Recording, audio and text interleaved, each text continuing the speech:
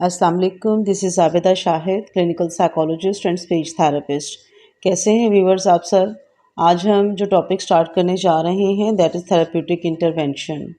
और इसमें हम जिस टॉपिक को सबसे पहले स्टडी करेंगे वो है फाउंडेशन ऑफ इंडिविजुअल साइकोथेरेपी।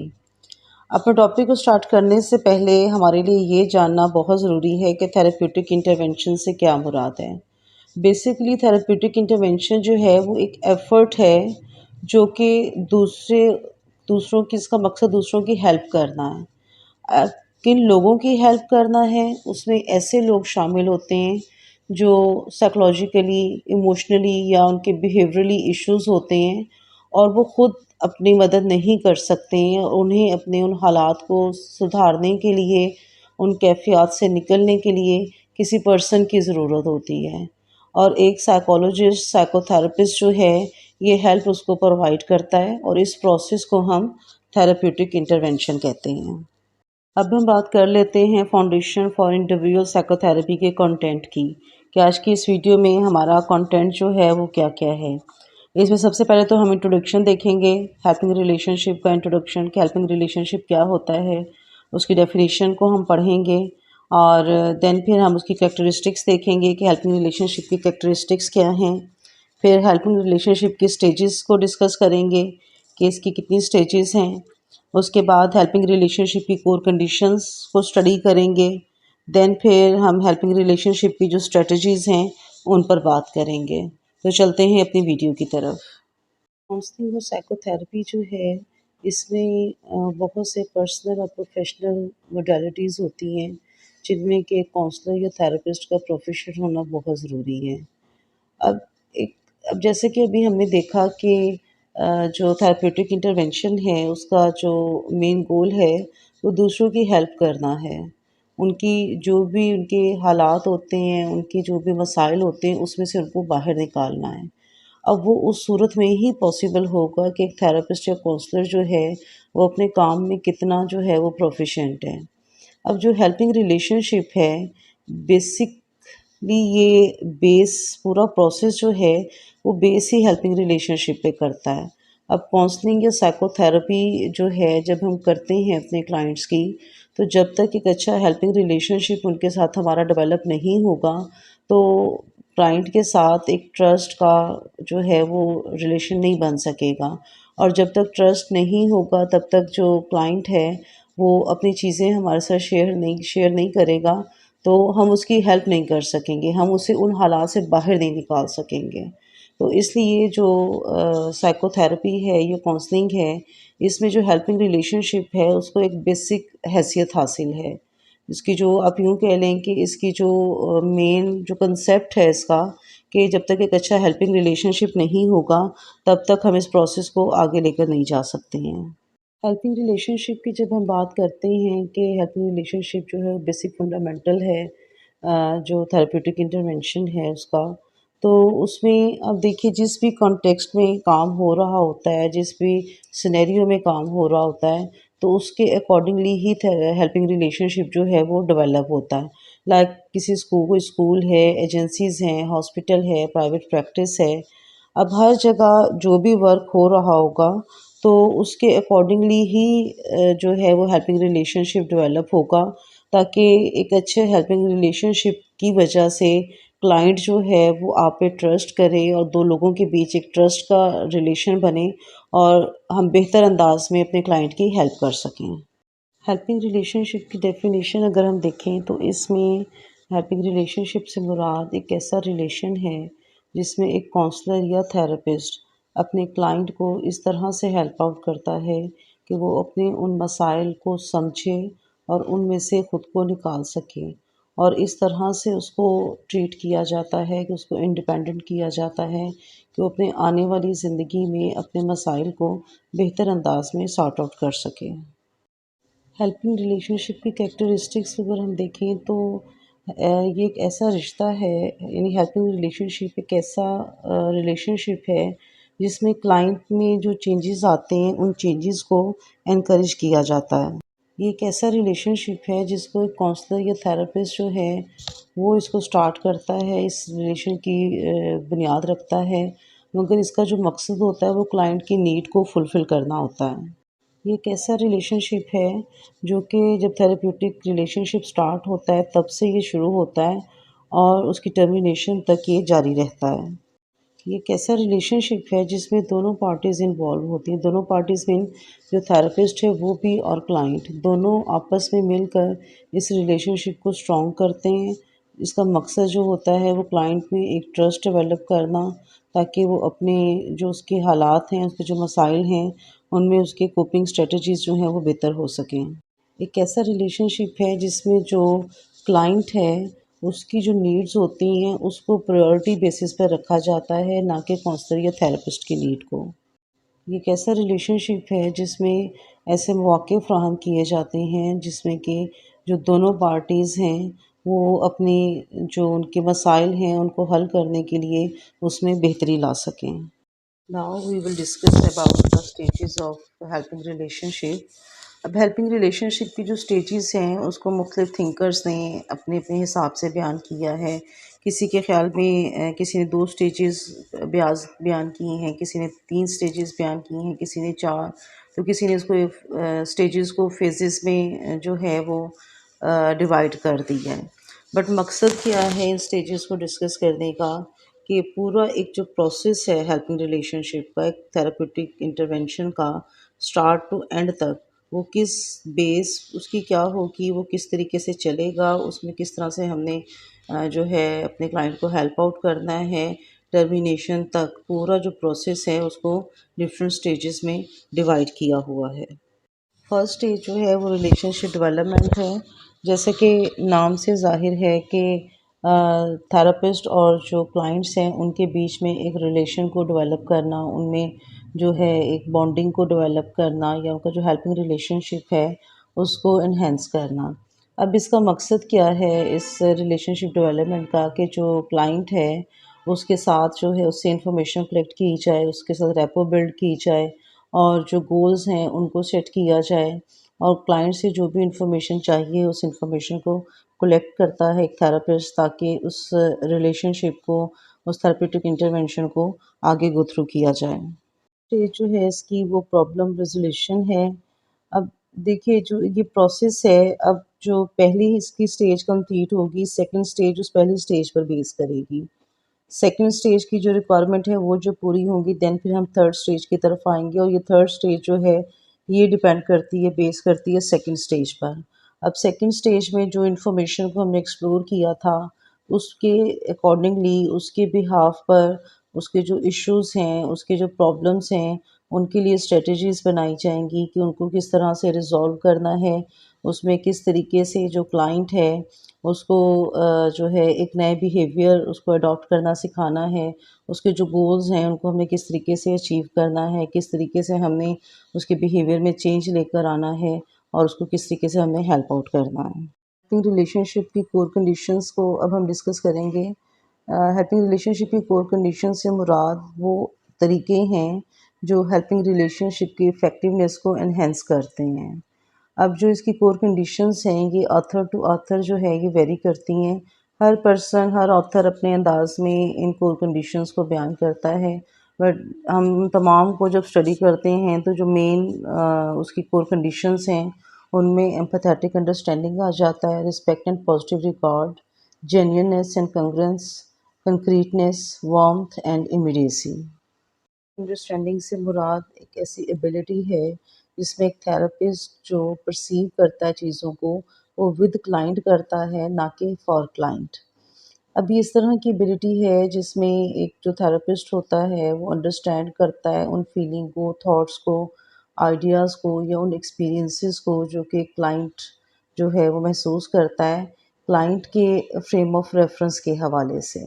ठीक है? और एक थेरेपिस्ट या काउंसलर में इतनी एबिलिटी होनी चाहिए है कि वो क्लाइंट की अपनी बनाई हुई दुनिया जो है वो उसमें उसके साथ शामिल हो सके, ताकि उसको उन हालात से बाहर निकालने में उसको आसानी हो। देन जो है वो एम्पैथेटिक अंडरस्टैंडिंग के 2 लेवल की बात करता है। पहला जो है वो प्राइमरी लेवल है और दूसरा जो है वो एडवांस लेवल है। अब जो प्राइमरी लेवल है उसमें जो थेरेपिस्ट है उसमें ये एबिलिटी होनी चाहिए कि वो अंडरस्टैंड कर सके आइडेंटिफाई कर सके और जो क्लाइंट की वो फीलिंग है जिनके साथ वो हमारे पास आया है, उसके वो जो इमोशंस हैं जिनकी वजह से वो हमारे पास आया है, उनको कम्युनिकेट कर सके। और जबकि इसका जो एडवांस लेवल है, इस लेवल में एक थेरेपिस्ट जो है उसमें ये एबिलिटी होनी चाहिए है कि ये जो सारी चीज़ें प्राइमरी लेवल पर उसने फ़ील की क्लाइंट के साथ, वो उन पर उससे बातचीत करके उनकी उस जो हिडन उसकी जो भी इमोशंस हैं, उसकी जो फीलिंग्स हैं, उनको एक्सप्रेस कर सके। जेन्युइननेस ऑफ कांग्रेस में जो एक थेरेपिस्ट है, उसमें ये एबिलिटी होनी चाहिए कि वो अपने क्लाइंट के साथ उसका जो हेल्पिंग रिलेशनशिप है, उसमें वो एक ऑथेंटिक वे में आर्टिफिशियल होकर ना चले, बल्कि जो एक्चुअल और रियल चीज़ें हैं, वो बेशक वो बिहेवियर्स हैं या कोई भी सर्कमस्टेंसेस हैं, उनको जेन्युइन होकर अपने क्लाइंट के साथ डिस्कस करें। इससे ये फ़ायदा होता है कि जो क्लाइंट है, वो जल्दी अपनी जो भी इश्यूज़ हैं, ना सिर्फ़ उनको समझ लेता है, बल्कि उसका जो इंटरैक्शन होता है दूसरों के साथ, वो उसको भी बेहतर बनाने में की कोशिश करता है। कंप्लीटनेस से मुराद एक ऐसी एबिलिटी है, जिसमें जो थेरेपिस्ट है, वो अपने क्लाइंट की एक जो इनकम्प्लीट पिक्चर होती है, वो उसको कंप्लीट करने में उसको हेल्प आउट करता है। ना सिर्फ़ वो उन अधूरी बातों को जो क्लाइंट ने उसे बताई होती हैं, उनको मुकम्मल तौर पर समझने की कोशिश करता है, बल्कि वो क्लाइंट को भी उन इश्यूज़ पे बात करता है, जिसको कि वो सही तरह से बयान नहीं कर पाता है। कंक्रीटनेस जो है वो क्लाइंट को हेल्प आउट करती है कि वो किस तरह से अपने जो उसके प्रॉब्लम्स हैं जो कि खुद उस पर क्लियर नहीं है, जिनकी पिक्चर खुद उसे नहीं सही समझ आई, उसको पता नहीं है, वो उन टॉपिक्स पर, उन चीज़ों पर उसको क्लैरिफ़ाई करना है ताकि वो अपने प्रॉब्लम का कुछ सॉल्यूशन निकाल सके और ख़ुद को उन मसाइल में से बाहर ला सके। वार्म्थ जो है वो एक ऐसी एबिलिटी है जिसमें थेरेपिस्ट अपने क्लाइंट के साथ उसकी जो कम्युनिकेशन होती है या वो जो डिमॉन्स्ट्रेट कर रहा होता है, उसमें वो केयर या कंसर्न अपने क्लाइंट की तरफ शो करता है। अब इसका मकसद क्या होता है कि उसका जो क्लाइंट है, वो इस चीज़ को रियलाइज़ करे, इस चीज़ को फ़ील करे कि उसका जो थेरेपिस्ट है, वो उसकी परेशानियों को, उसके इश्यूज़ को, उसके मसाइल को अंडरस्टैंड कर रहा है। अब उसमें थेरेपिस्ट जो है, वो वर्बली या नॉन वर्बली अपनी वार्म्थ जो है, वो शो करता है, ताकि क्लाइंट जो है, वो उस पे ट्रस्ट करे और उसके साथ एक अच्छा हेल्पिंग रिलेशनशिप जो है, वो डेवलप हो और वो ज़्यादा अच्छे तरीके से क्लाइंट को हेल्प आउट करे, उसकी उन तमाम मसाइल में से बाहर निकलने के लिए। इमीडिएसी एक ऐसी एबिलिटी है जो हेल्पिंग रिलेशनशिप में हियर एंड नाउ फैक्टर्स जो होते हैं उनको डील करती है। अब ये हियर एंड नाउ फैक्टर्स जो हैं ये थेरेपिस्ट और क्लाइंट के बीच का जो इंटरेक्शन होता है ये उसमें जो भी इश्यूज़ होते हैं उसको डील करता है। लाइक एक क्लाइंट जो है उसे गुस्सा आ गया है काउंसलर पर या थेरेपिस्ट पर, या एक थेरेपिस्ट जो है वो अपने क्लाइंट की किसी बात पर फ्रस्ट्रेट हो गया है। तो अब एक अच्छा जो थेरेपिस्ट है उसका ये काम है कि वो फ़ौरी तौर पर उन मसाइल को सॉर्ट आउट करे, क्लाइंट की जो भी इश्यूज़ हैं वो उनको देखे, उसको समझे और जेन्युइन होकर उसको उन हालात से बाहर निकाले, या अपनी भी जो फीलिंग है वो जेन्युइन होकर अपने जो उसका क्लाइंट है उसके साथ बात करे। और इन सारी चीज़ों का जो मकसद है एक अच्छे हेल्पिंग रिलेशनशिप को डेवलप करना और क्लाइंट को हेल्प आउट करना उसके उन तमाम हालात से बाहर आने के लिए। हेल्पिंग रिलेशनशिप की स्ट्रेटजीज़ की बात करेंगे हम। स्ट्रेटजीज़ बेसिकली होती क्या हैं? एक हेल्पिंग रिलेशनशिप में एक क्लाइंट का जो प्रॉब्लम है उसकी आइडेंटिफिकेशन से लेकर प्रॉब्लम रेज़ोल्यूशन तक का जो प्रोसेस है, उसमें कौन से ऐसे जो है तरीके इख्तियार किए जाएँगे, कौन सी ऐसी स्ट्रेटजीज़ अपनाई जाएँगी कि क्लाइंट को एक अच्छे तरीके से हेल्प आउट किया जा सके और जो हेल्पिंग रिलेशनशिप है, उसको एनहांस किया जा सके और बेहतर बनाया जा सके। फर्स्ट जो स्ट्रेटजी है the building rapport and encourage client dialogue. अब इसमें क्या है कि एक थेरेपिस्ट जो है उसमें ये एबिलिटी होनी चाहिए है कि वो अपनी एक्टिव लिसनिंग की जो एबिलिटीज़ हैं उनको एनहांस करे, ताकि वो अपने क्लाइंट के मसाइल को अच्छे तरीके से ना सिर्फ सुने समझे, बल्कि क्लाइंट को भी ये रियलाइज़ हो कि मेरा थेरेपिस्ट, मेरा काउंसलर जो है वो मेरी बात को सुन रहा है, तवज्जो दे रहा है और इस तरह से फिर वो मोटिवेट होता है मज़ीद अपनी उन इश्यूज़ को पर बात करने के लिए, कि उसे पता होता है कि उसका थेरेपिस्ट उसकी बात को अहमियत दे रहा है, सुन रहा है, तो वो ज़्यादा से ज़्यादा फिर अपने इश्यूज़ जो हैं वो थेरेपिस्ट के साथ डिस्कस करता है ताकि उसका कोई पॉज़िटिव सॉल्यूशन निकाला जा सके। जयपुर की जो पहली स्ट्रैटेजी है अटेंडिंग एंड एनकरेजमेंट में, एक थेरेपिस्ट जो है वो अपनी बातों से, अपने पोस्चर से,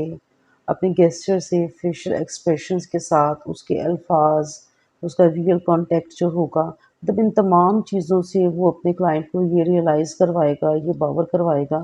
कि उसकी बात को सुना जा रहा है, उसकी बात को अहमियत दी जा रही है। और ये ऐसा इसलिए किया जाता है ताकि जो क्लाइंट है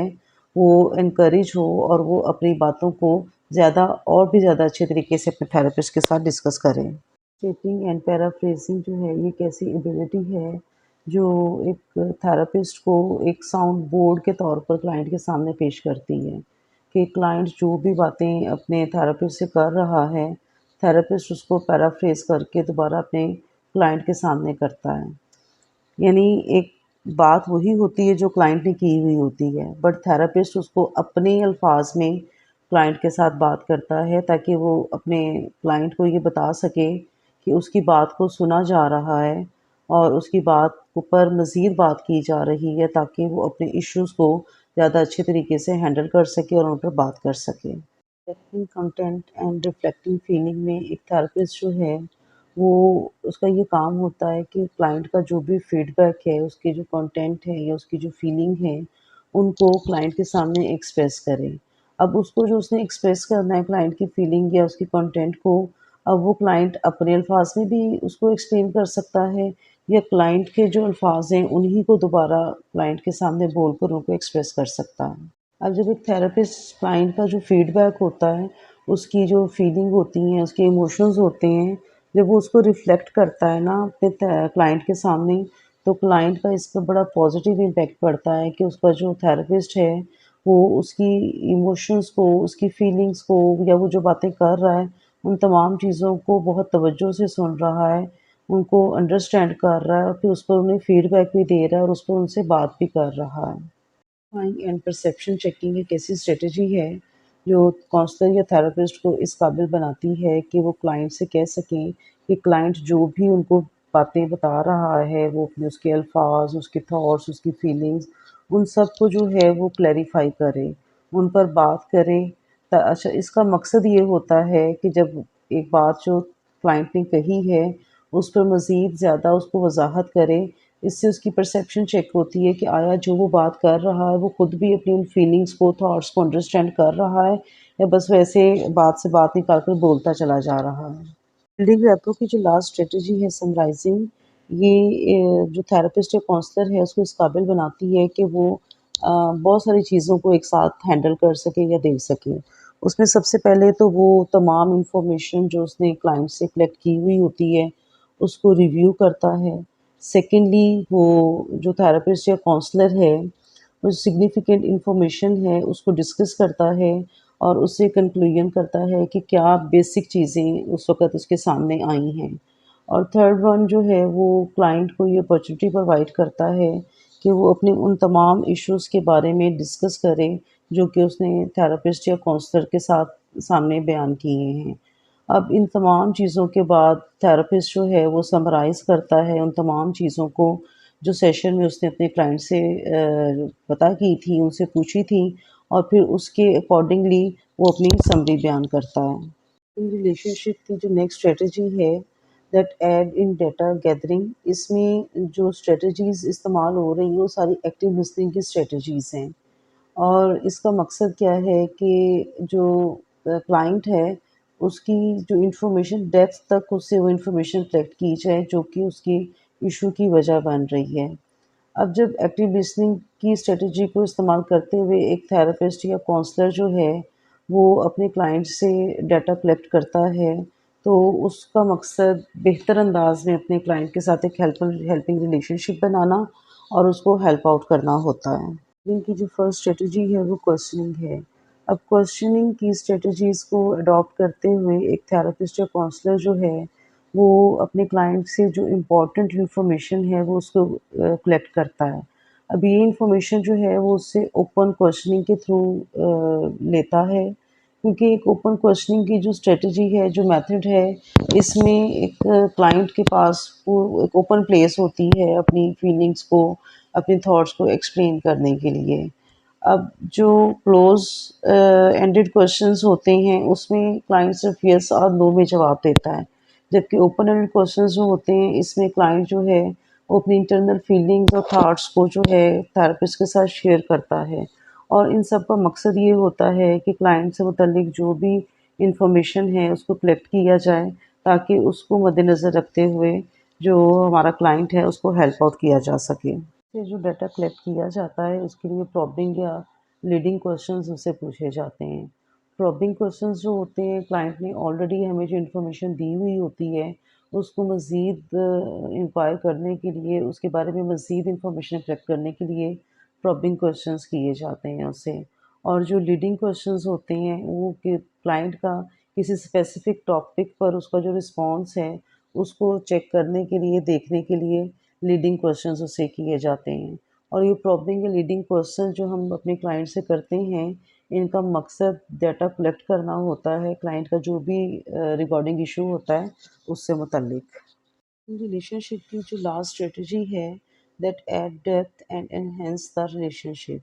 अब इसमें क्या होता है कि एक थेरेपिस्ट या एक काउंसलर जो है, वो अपने उसके क्लाइंट जो होता है, उसके साथ उसका हेल्पिंग रिलेशनशिप को बेहतर बनाने की कोशिश करता है। उसके साथ कम्युनिकेशन करके उसके जो भी इश्यूज़ होते हैं, उन पर उनसे बात करता है और कोशिश करता है कि उसका जो भी इशू है, उसकी जो रूट कॉज़ है, उस तक पहुँचा जा सके और उसकी उस मसले को हल किया जा सके। सेल्फ डिस्क्लोजर की जो स्ट्रेटजी है, ये थेरेपिस्ट, काउंसलर या क्लाइंट पर एक जैसी इसकी इम्प्लीमेंटेशन होती है।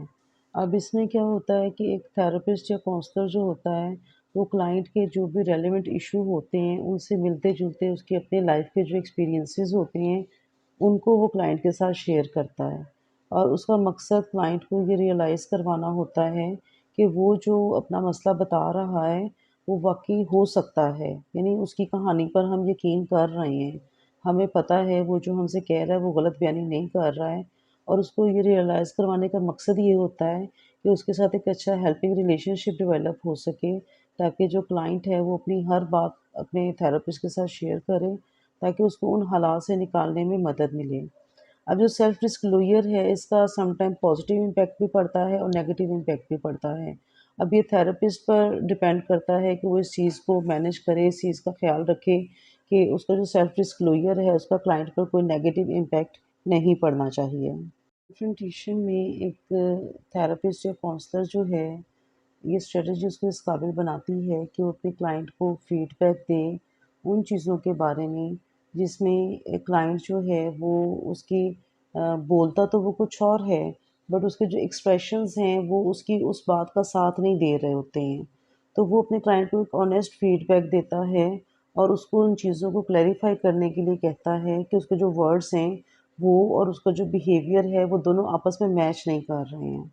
तो वो उनको उस चीज़ को क्लैरिफ़ाई करने के लिए कहता है, पॉज़िटिव और ऑनेस्ट फ़ीडबैक उसको देता है। और इसका मकसद जो होता है वो ये होता है कि वो क्लाइंट को ये रियलाइज़ करवा सके कि वो जो चीज़ें बता रहा है उनमें किस हद तक जो है वो रियलिटी है और किस हद तक जो है वो उन चीज़ों को खुद उसकी अपनी परसेप्शन क्लियर नहीं है। और इन सब चीज़ों का मकसद क्लाइंट के साथ एक अच्छा हेल्पिंग रिलेशनशिप बिल्ड करना और क्लाइंट को हेल्प आउट करना उसके उन मसाइल से निकलने में या उसको बेहतर एक ज़िंदगी की तरफ लाने के लिए हेल्प आउट करना है। एनहेंस रिलेशनशिप की जो लास्ट स्ट्रेटजी है, responding to non verbal cues. अब हम अपने क्लाइंट के साथ जब सेशन ले रहे होते हैं, उसमें एक थेरेपिस्ट जो है वो क्लाइंट की जो बॉडी लैंग्वेज होती है, उसके वर्बल क्यूज़ और नॉन वर्बल क्यूज़ को जो है वो असेस कर रहा होता है कि आया वो जो बोल रहा है, उसकी बॉडी लैंग्वेज या पोस्चर जो है वो उन चीज़ों का साथ दे रहा है, या वो बोल कुछ और रहा है और उसकी बॉडी लैंग्वेज या पोस्चर जो है, उसके नॉन वर्बल क्यूज़ जो हैं, वो कुछ और बता रहे हैं। तो वो उन चीज़ों को थेरेपिस्ट जो है वो क्लाइंट के सामने पेश करता है और उससे इस बारे में बात करता है कि वो इस चीज़ को क्लैरिफ़ाई करे कि आया जो वो बोल रहा है वो ठीक है, या जो नॉन वर्बल क्यू दे रहा है वो ठीक है। तो वो इस तरह से इन चीज़ों को क्लैरिफ़ाई करके बहुत सारी चीज़ें ऐसी होती हैं जिस पर क्लाइंट जो है उसकी अपनी भी अंडरस्टैंडिंग सही नहीं होती है। तो इस स्ट्रेटजी की मदद से हम क्लाइंट की जो अंडरस्टैंडिंग है अपने इश्यूज़ को लेकर उसको क्लियर करते हैं ताकि वो ज़्यादा अच्छे तरीके से अपने मसाइल को सॉर्ट आउट कर सकें। आज की हमारी video foundation for individual psychotherapy पर थी। मैं उम्मीद करती हूँ कि आपने इस वीडियो से काफ़ी कुछ गेन किया होगा। मेरी वीडियोस आप तक पहुँचती रहें और आप सबसे पहले इन इन्फॉर्मेटिव वीडियोस को देख सकें, इसके लिए ज़रूरी है कि आप जब भी मेरे चैनल पर आएँ, अगर आप मेरे चैनल पर नए हैं, तो चैनल को सब्सक्राइब करें और बेल आइकन के बटन को प्रेस करें ताकि हर नई आने वाली वीडियो आप तक सबसे पहले पहुँच सके। वीडियोस को लाइक कीजिए और अपने सर्कल में इसको शेयर ज़रूर कीजिए ताकि बाकी लोग जो इस हवाले से उन्हें कुछ इन्फॉर्मेशन चाहिए है, वो इन्फॉर्मेशन गेट कर सकें। मिलते हैं नेक्स्ट वीडियो में। अपना बहुत ख़्याल रखिएगा, खुश रहें और खुशियाँ बाँटते रहिए। अल्लाह हाफ़िज़।